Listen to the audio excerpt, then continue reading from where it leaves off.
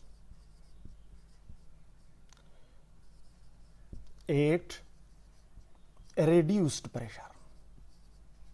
اس نے یہ نتیجہ اخذ کیا پوائنٹ 2 میں کہ اگر ہم پریشر کو ریڈیوس کر لیں، کم کر لیں، تو ایئر جو ہے وہ کنڈکٹر بن جاتا ہے، کیونکہ اس کے اندر جو گلو آ گیا، اس کے اندر جو چمک دمک پیدا ہو گیا، تو اس کا مطلب ہے کہ اس سے کرنٹ کی پیسج سٹارٹ ہو گئی.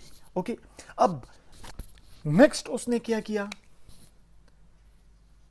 He further reduced the air pressure inside the tube from 0.1 to 0.01. یعنی اس نے عام پریشر کے مقابلے میں 100 ٹائم جو ہے وہ inside the discharge tube pressure کو ریڈیوس کیا.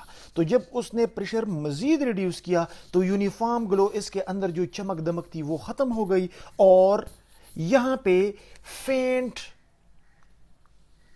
ریز جو تھی وہ پیدا ہو گئی، جو کیتھوڈ کی طرف سے جا رہے تھے اور اینوڈ کی طرف جا رہے تھے، اور اینوڈ سے ٹکرانے پر یا یہاں پہ گلاس ٹیوب سے ٹکرانے پر جو اس نے فلورسنٹ مٹیریل سے کوٹ کی تھی، زنک سلفائڈ مٹیریل سے کوٹ کی تھی، جب یہ ریز ان سے ٹکراتے تھے تو اس کے نتیجے میں وہ گلو پیدا کرتے تھے. تو یہ ایکسپیریمنٹ ولیم کروکس نے کیا، اور یہ بات پوری سائنسی دنیا میں پھیل گئی کہ جب پریشر کو ہم ریڈیوس کر لیتے ہیں تو کیتھوڈ سے ایسی شعاعیں نکلتی ہے، ایسے ریز نکلتے ہیں جو کہ اینوڈ کی طرف جاتے ہیں.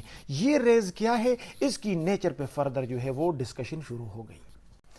اچھا، جو ریز ولیم کروکس نے ڈسچارج ٹیوب میں ڈسکور کی وہ کیتھوڈ کی طرف سے جاتی تھی اور اینوڈ کی طرف جاتی تھی، تو اس لیے ان ریز کو نام دیا گیا کیتھوڈ ریز، کیونکہ وہ سائنٹسٹ کا خیال تھا کہ وہ کیتھوڈ سے اوریجنیٹ ہوتی ہے، کیتھوڈ سے بنتی ہے اور اینوڈ کی طرف جاتی ہے. تو ان ریز کو نام دیا گیا کیتھوڈ ریز کا. اب کوسچن یہ تھا کہ کیتھوڈ ریز جو ہے وہ کیا ہے، ان کی نیچر کیا ہے. تو ان کی نیچر کے اوپر جو ہے وہ ایکسپیریمنٹس شروع ہو گئے. تو سب سے پہلے جو ایکسپیریمنٹ اس کے اوپر کیا گیا وہ یہ تھا کہ ایک موڈیفائڈ کیتھوڈ رے ٹیوب لیا گیا، اس میں یہاں پہ کیتھوڈ اور یہاں پہ اینوڈ لگایا گیا، اور جب ہائی وولٹیج جو ہے وہ بیٹری اور ٹرن آن ہو گئی تو کیتھوڈ ریز جنریٹ ہو گئے. اینوڈ ان کو اٹریکٹ کر رہا تھا لیکن بیٹری کی وولٹیج زیادہ تھی، تو ان میں سے کچھ کیتھوڈ ریز جو ہے ان کی کائنیٹک انرجی اتنی زیادہ ہو گئی کہ وہ اسٹریٹ چلے گئے، اور ان کے سامنے ایک اوپیک آبجیکٹ رکھا گیا، ایک ایسا چیز اس کے سامنے رکھا گیا جس سے روشنی پاس نہیں ہو سکتی. تو اس کے پیچھے جو ہے اس کا شارپ شیڈو بن گیا. تو اس سے سائنٹسٹ نے جو کنکلوژن لیا وہ یہ تھا کہ پوائنٹ 1 کیتھوڈ ریز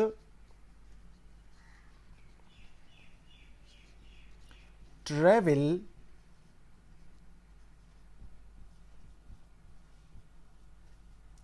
ان اسٹریٹ لائن، یہ اسٹریٹ لائن میں جاتی ہے تبھی یہ شارپ شیڈو بناتی ہے. اب دوسرا ایکسپیریمنٹ جو اس کے اوپر جے جے تھامسن نے کیا وہ کیا تھا، اس میں ایک موڈیفائڈ کیتھوڈ رے ٹیوب لیا گیا. یہاں پہ یہ ایکسپیریمنٹ ایک موڈیفائڈ کیتھوڈ رے ٹیوب لیا گیا جس میں اینوڈ جو ہے اس کے اندر ایک ہول بنایا گیا، اس کے اندر ایک سوراخ بنایا گیا تاکہ اس سے کیتھوڈ ریز پاس ہو سکے. اور اس ایکسپیریمنٹ کا مقصد تھا کہ ہم یہ جان سکے کہ کیتھوڈ ریز چارج باڈی ہے یا ان کے اوپر چارج نہیں ہے. تو جب بیٹری کو ٹرن آن کیا گیا ریڈیوسڈ پریشر سے اور کیتھوڈ ریز کو جنریٹ کر دیا گیا تو یہ بات سامنے آ گئی کہ یہاں سے جو کیتھوڈ ریز جنریٹ ہو رہی تھی وہ جب ہول سے پاس ہو گئی تو پہلے سٹیٹمنٹ میں تو ہم نے پڑھا تھا کہ under normal condition cathode raise travel in straight line.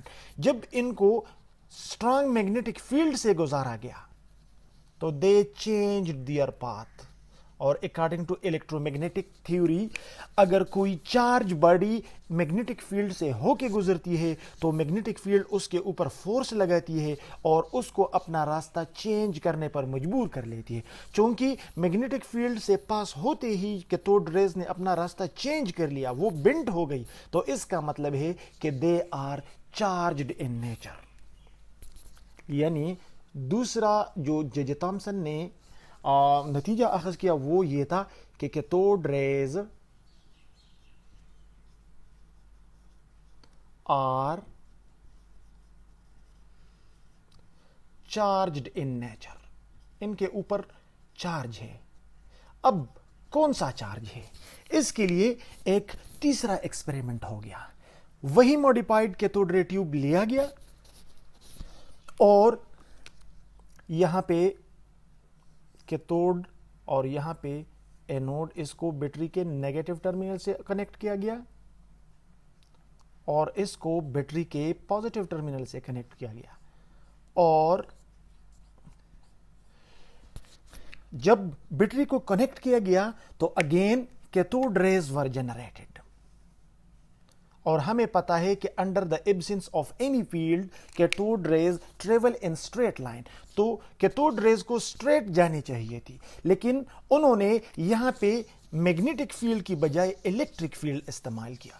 یہاں پہ پازیٹیو پلیٹ رکھ دیا گیا اس کے سامنے، اور یہاں پہ نیگیٹو پلیٹ رکھا گیا اس کے سامنے۔ جب کیتھوڈ ریز الیکٹرک فیلڈ سے پاس ہونے لگی تو again these rays changed their path and they bent away from the negative and towards the positive۔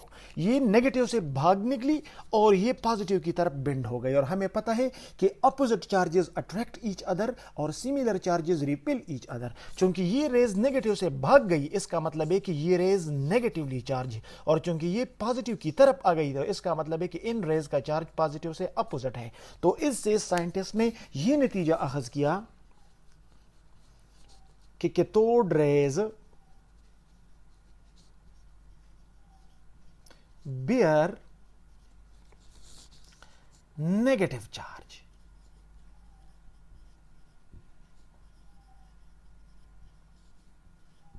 ٹھیک ہے، اوکے۔ اچھا، نیکسٹ کیا کیا گیا؟ نیکسٹ اس طرح ایک موڈیفائڈ کیتھوڈ رے ٹیوب لیا گیا اور اس کے اندر یہاں پہ ایک پیڈلڈ مشین رکھا گیا، ایک ایسا مشین رکھا گیا جس میں ایک پیڈلڈ ویل یا پن ویل لگا ہوا تھا، اور یہ پن ویل جو ہے وہ انتہائی حساس تھا، ویٹ لیس اینڈ فریکشن لیس، کہ معمولی سا معمولی فورس سے بھی یہ گھوم سکتا تھا۔ یہ سیٹنگ ہو گئی۔ اب اس کے بعد when the battery was turned on and cathode rays were generated، cathode rays were moving and they were hitting pin wheel، تو کیتھوڈ ریز پن ویل کے ساتھ ٹکرا رہی تھی اور پن ویل جو ہے وہ آہستہ آہستہ گھومنے لگا۔ تو اس سے جو نتیجہ اخذ کیا گیا وہ یہ تھا کہ they are material in nature. چونکہ اگر یہ ریز ہوتی، اگر یہ انرجی ہوتی صرف، تو یہ اس کو جو ہے وہ روٹیٹ نہیں کر سکتی تھی۔ فار ایگزامپل اگر ہم سائیکل کے پیڈل کو ٹارچ کی لائٹ سے اس کو ہٹ کریں تو کوئی فرق اس کے اوپر نہیں پڑے گا، لیکن اگر ہم چھوٹے چھوٹے پتھر لے کے اس کو مارے، اس سے ہٹ کرے، تو وہ آہستہ آہستہ مومنٹ شروع کر دے گا۔ تو مومنٹ پیدا کرنے کے لیے we need to have momentum, اور momentum is the product of mass and velocity. چونکہ اس میں مومنٹ پیدا ہو گیا، اس کا مطلب ہے کہ یہ ریز جو اس کے ساتھ ٹکرا رہی تھی، اس کا ماس اور ویلاسٹی دونوں تھا، تبھی جا کے اس نے اس میں موشن پیدا کیا۔ تو اس سے کیا نتیجہ اخذ ہو گیا کہ these are material in nature. ٹھیک ہے، اوکے۔ اب نیکسٹ جو ایکسپیریمنٹ کیا گیا اس میں ایک اور کیتھوڈ رے ٹیوب لیا گیا، اور اس کیتھوڈ رے ٹیوب کے اندر ایک ایسا مٹیریل رکھا گیا جو لو ہیٹ کیپیسٹی کا ہو، یعنی جو معمولی ہیٹ سے اس کا ٹیمپریچر میں انکریز زیادہ آئے۔ فار ایگزامپل میٹل یہاں پہ رکھ دیا گیا، پلیٹینیم وغیرہ۔ تو جب بیٹری کو ٹرن آن کیا گیا اور کیتھوڈ ریز جو تھا، کیتھوڈ ریز ان کے اوپر ان کی بمبارمنٹ شروع ہو گئی، تو تھوڑی دیر میں یہ گرم ہو گیا، اور گرم ہوتے ہی یہ گلو کرنے لگا۔ تو اس کا مطلب ہے کہ these rays possess kinetic energy, ان میں کائنیٹک انرجی تھی جس نے اس میٹل کو کائنیٹک انرجی جو ہے وہ ٹرانسفر کر دی، اور اس کی وجہ سے اس کی ٹیمپریچر میں انکریز آ گیا۔ تو یہاں پہ انہوں نے ایک اور جو نتیجہ اخذ کیا وہ یہ تھا کہ دے پوزیس کائنیٹک انرجی، ان کے اندر کائنیٹک انرجی ہے۔ اب نیکسٹ کیا ہو گیا، یہاں پہ 2 پوائنٹس ہمارے سامنے آ گئی کہ they are charged in nature, تو اگر ان کے اوپر چارج ہے تو کتنا، اور دوسری بات جو یہاں پہ ہم نے لکھی ہے وہ یہ کہ they are material in nature, اگر ان کے اوپر چارج ہے تو چارج کتنا ہے، اور اگر یہ میٹر سے بنے ہیں تو اس کا ماس کیا ہے۔ تو اس کے لیے جو ہے وہ فردر ایکسپیریمنٹیشنز کیے گئے، اور ان فردر ایکسپیریمنٹس کے نتیجے میں جے تھامسن جو تھا وہ اس نے معلوم کر لیا چارج ٹو ماس ریشو، اور اس نے دکھا دیا، جو ہم اگلے لیکچرز میں اس کو ڈیرائیو کریں گے کہ کس ایکسپیریمنٹ کے تحت اس نے چارج ٹو ماس ریشو معلوم کیا تھا۔ یہاں پہ جے تھامسن نے یہ معلوم کر لیا کہ کیتھوڈ ریز کے اوپر جو چارج ہے اور ان کا جو ماس ہے ان کی ریشو جو ہے وہ کیا ہے، ان کی ریشو ہے 1.76 into 10 raised to the power 11 coulomb پر کلو گرام، یہ اس کی چارج ٹو ماس ریشو ہے۔ فردر ایکسپیریمنٹ ہو گئی، اور ملیکان واز اندر سائنٹسٹ جس نے اس کا چارج معلوم کر لیا۔ اگلی لیکچرز میں ہم ملیکان ایکسپیریمنٹ کو بھی تفصیل سے پڑھیں گے، اور اس نے دکھا دیا کہ کیتھوڈ ریز کے اوپر وہ جو چارج ہے وہ 1.602 into 10 raised to the power -19 Kollam ہے، اور چارج ٹو ماس ریشو کی مدد سے پتا چل گیا کہ کیتھوڈ ریز کے اوپر کیتھوڈ ریز کا جو ماس ہے وہ کس چیز کے برابر ہے، 9.11 into 10 raised to the power -31 kilo gram. تو یہ ساری چیزیں جو ہے وہ مختلف ایکسپیریمنٹس کے دوران یہ ساری چیزیں جو ہے وہ ڈسکور ہو گئی، اور پتہ چل گیا کہ کیتھوڈ ریز مادے سے نکلا ہوا ایک خاص ذرہ ہے۔ Cathode raise